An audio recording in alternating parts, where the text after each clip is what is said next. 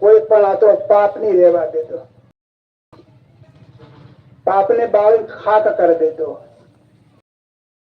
ઓમકાર ઓમ નમઃ શિવાય જે નમે છે એ ભગવાનને ગમે છે, તો એનો મંત્ર કહી દેજો કે ઓમ નમઃ અને શિવાય, બીજો તો નથી. નિમ એ માનતો નથી સંતો ભક્ત. એમ કહેતું કે ઓમકાર ઓમ નમઃ શિવાય. આપણે નમીએ કે નથી નમતા, માનીએ કે નથી માનતા, એ પોતે સંતો વિચાર કરો. તો તમારી અંદર ઋષિ જાગે, સુરતા જાગે. એ ધ્યાન નહીં કરીએ તો આપણી ઋષિ નહીં જાગે. આખો જગત સંસાર મારું મારું મારું મારું મારું મારું મારું આખી લડાઈ કરી છે. આખો જગત સંસાર તો ભગવાને વસ્તુ બનાવી છે, કોઈ જ્યાદા નથી બનાવી.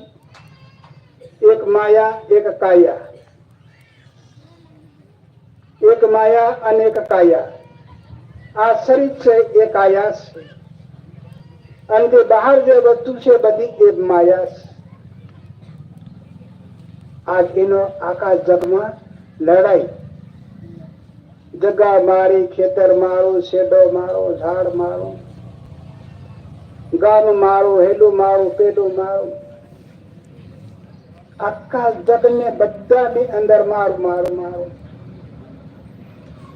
એક બાર 10 છોકરા કે 10 છોકરા કે મારું મારું મારું મારું. ખેતર એક હોય પણ મારું મારું હરેક ની અંદર. આજે સંતો ભક્તો આપણને એક નજર સામે દેખાયું છે. કોઈ શેટી ખોદવા જાય એવું નથી.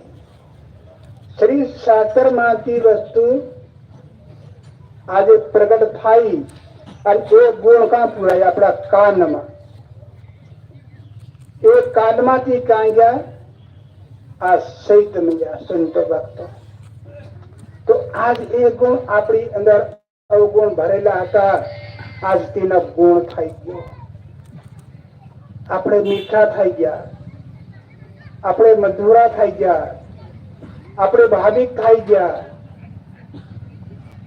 આપણે દાન પુણ્ય થઈ ગયા. હવે વિચાર કરો, આ મંત્ર ની અંદર કેટલી બધી સુવિધા, અરે કેટલી બધી શક્તિ.